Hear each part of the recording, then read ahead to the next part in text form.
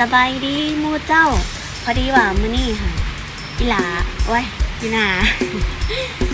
มาเจริญสมาธิภาวนาเนาะอยู่วัดป่างเลไล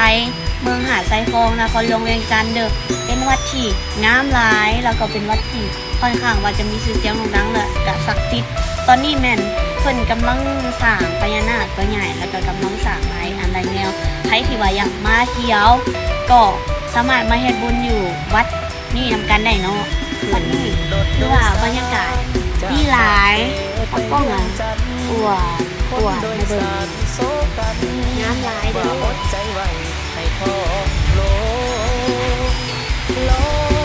อันนี้